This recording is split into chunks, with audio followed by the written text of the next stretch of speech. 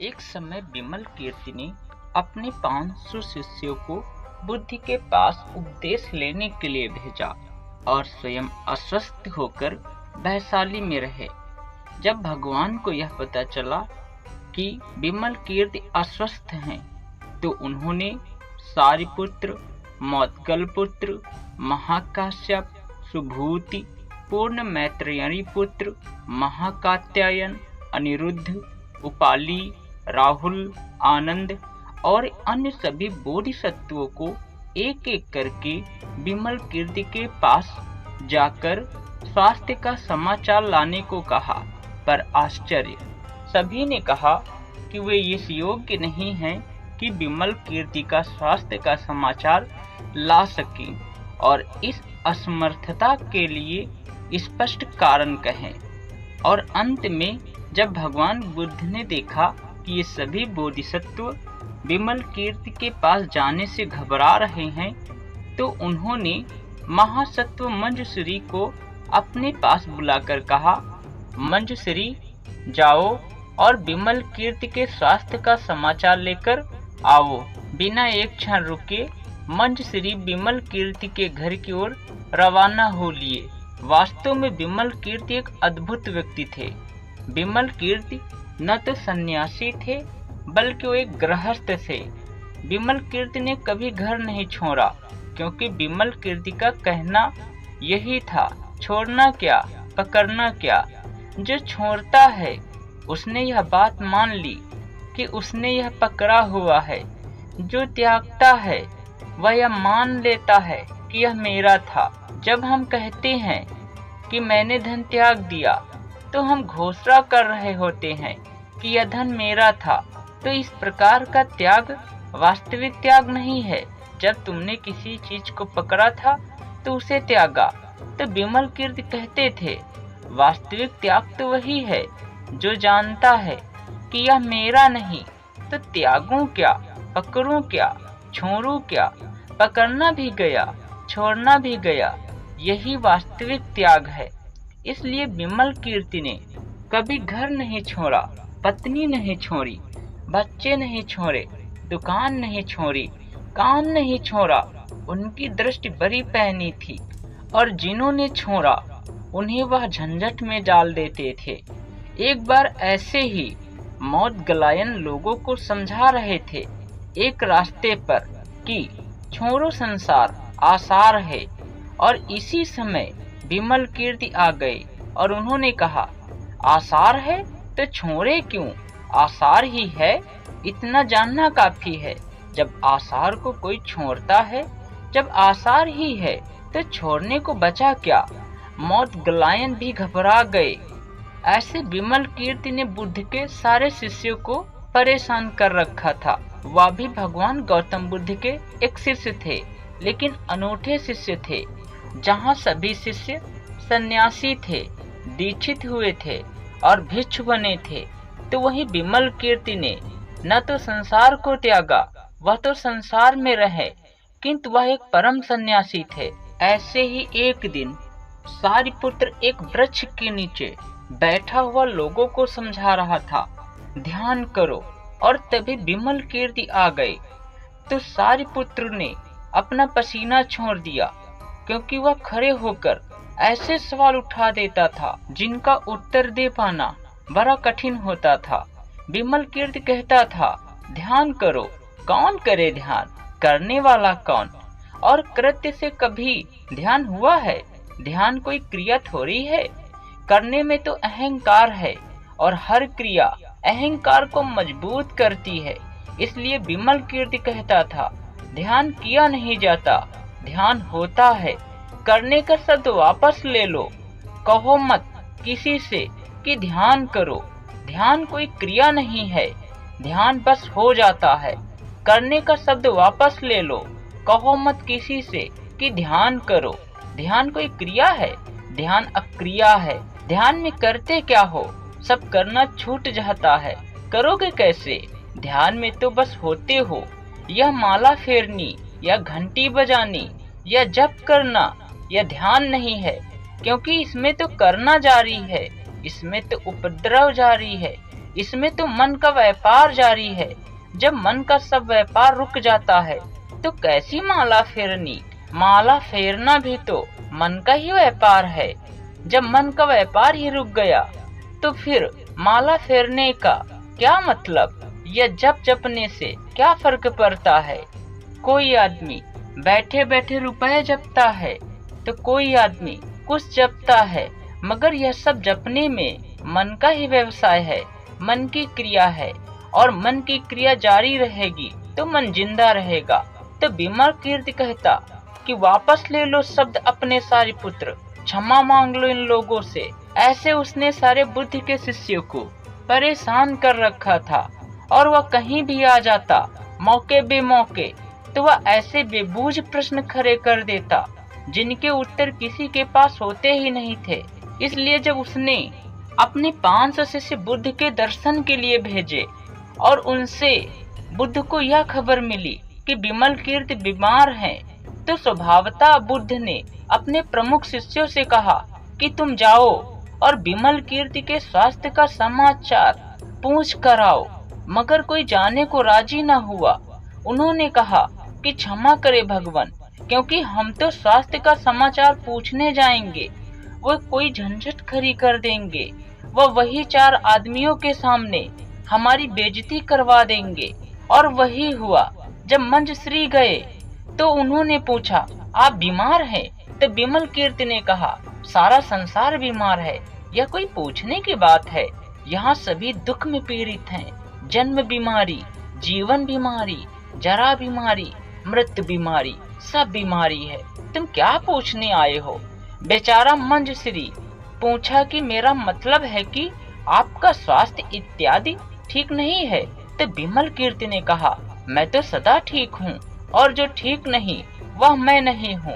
अब ऐसे आदमी से स्वास्थ्य का समाचार पूछने जाना कितना मुश्किल भरा काम है, क्योंकि वह वही फजीहत वाली बात करता है। कोई राजी न हुआ तो सभी बौद्ध भिक्षुओं ने कहा, क्षमा करें भगवान, क्षमा करें, हमारी योग्यता नहीं है, हमें उस आदमी के पास न भेजें। वहाँ जाना मतलब सिंह के मुंह में जाना है। वह कुछ न कुछ ऐसा वैसा बात खरी ही कर देगा। वे बीमार हैं कि नहीं हमें पक्का नहीं, हो सकता है सिर्फ बहाना हो। और बात भी सच थी। बिमल कीर्ति बीमार नहीं थे, बस ऐसे ही चारपाई पर लेट गए। वह इन्हीं बोधिसत्वों की प्रतीक्षा कर रहे थे कि आएं तो इनको दुरुस्त किया जाए, इनकी खूब खबर ली जाए।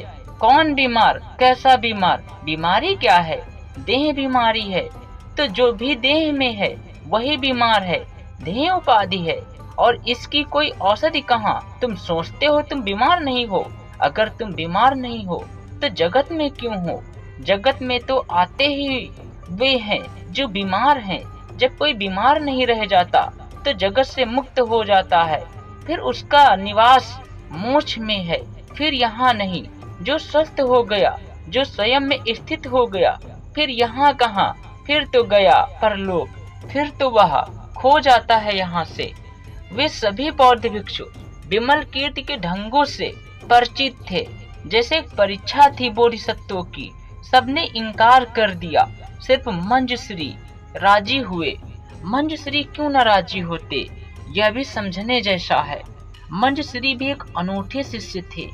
वे ऐसे अकेले बौद्ध भिक्षु थे जिनमें अहंकार नहीं था, इसलिए राजी हुए। मंजश्री ने सोचा, बिमल कीर्ति 2-4 थपेरे मारेंगे तो क्या फर्क पड़ता है? चोट लगने वाली कहाँ है? वहाँ जो अंदर रहता है, जिस पर चोट लग जाए वहाँ अहंकार नहीं, वहाँ अहंकार की रेखा भी नहीं, तो चोट कैसे लगेगी? चोट तो अहंकार को लगती है। जब अहंकार ही नहीं तो चोट किसे लगेगी? मंजश्री एक ऐसे अकेले बौद्ध भिक्षु थे जो शून्य भाव में रहते थे। जब भगवान गौतम बुद्ध ने उनसे कहा कि जाओ बिमल कीर्ति के स्वास्थ्य का समाचार लेकर आओ, तो मंजश्री तत्क्षण चलने को राजी हो गए और उन्होंने सभी बौद्ध भिक्षुओं को अपने साथ ले लिया और कहा, आओ भाई, जो होगा देखा जाएगा। तुम डरते हो, तुम खड़े रहना, मैं चला जाऊंगा सिंह के मुंह में। और जो होगा देख लिया जाएगा। मंजश्री विमल कीर्ति के पास गए और उन्होंने सवाल किया। हर सवाल के उत्तर में विमल कीर्ति ने चांटा मारा, लेकिन एक भी चांटा मंजश्री को नहीं लगा। मंजश्री खड़े उतरे। विमल कीर्ति ने उनका धन्यवाद किया। ऐसे ही व्यक्ति की तलाश थी विमल कीर्ति को। तो विमल कीर्ति ने कहा, वाह, बुद्ध के शिष्यों में एक पारस पत्थर निकला। विमल कीर्ति ने इधर झंझोरा उधर झंझोरा कि किसी भी तरह प्रतिक्रिया हो जाए। मंजश्री क्रोधित हो जाएं, अशांत हो जाएं, सोचने लगे एक क्षण को मन में कि कहाँ फंस गए। हम भी मना कर दिए होते जैसे सपने किया था। अब यह सबके सामने बेइज्जती हो रही है, लेकिन बेइज्जती का कोई सवाल ही नहीं। अहंकार की बेइज्जती होती है, शून्य की क्या बेइज्जती। मंजश्री वैसे ही रहे, जैसे आए थे वैसे ही रहे, एक रस। जरा भी उद्विग्न नहीं हुए, जरा भी उनमें अशांति नहीं हुई। दूसरों की अकड़ क्या थी, दूसरों की अड़चन यह थी कि वे सब के सब भिक्षु सन्यासी और विमल कीर्ति था गृहस्थ। पहले तो गृहस्थ के घर सन्यासी पूछने जाए कि कैसे हो, यही बात ठीक नहीं, क्योंकि सन्यासी तो ऊपर और गृहस्थ नीचे है। इसलिए बुद्ध चाहते थे कि इन सन्यासियों का अहंकार जाना चाहिए, कौन ऊपर कौन नीचे। यह तो अहंकार की ही सारी करामात है कि वह हमें बताता है कि यह नीचे वह ऊपर। तो बुद्ध अपने बोधिसत्वों के अहंकार को नष्ट करने के लिए सोचते थे कि इन बोधिसत्वों का एक बार विमल कीर्ति से सरोकार हो जाए। ये सभी बोधिसत्व जो करीब करीब बुद्धत्व के पास आ गए थे, लेकिन करीब करीब पहुंचना बुद्ध नहीं हो जाना होता है। सिर्फ एक बुद्ध हुआ था, वो भी थे वो मंजश्री। जब भगवान गौतम बुद्ध ने मंजश्री को विमल कीर्ति के पास जाने के लिए कहा, तो मंजश्री तत्क्षण खड़े हो गए और वो राजी हो गए। और जब मंजश्री विमल कीर्ति के पास पहुँचे तो विमल कीर्ति ने उन्हें बहुत झंझेरा, लेकिन मंजश्री आनंदित ही रहे। विमल कीर्ति को देखकर सभा में अकेले वही थे जो आनंदित थे और सोचते थे आज कुछ महत्वपूर्ण बात विमल कीर्ति जरूर कहेंगे।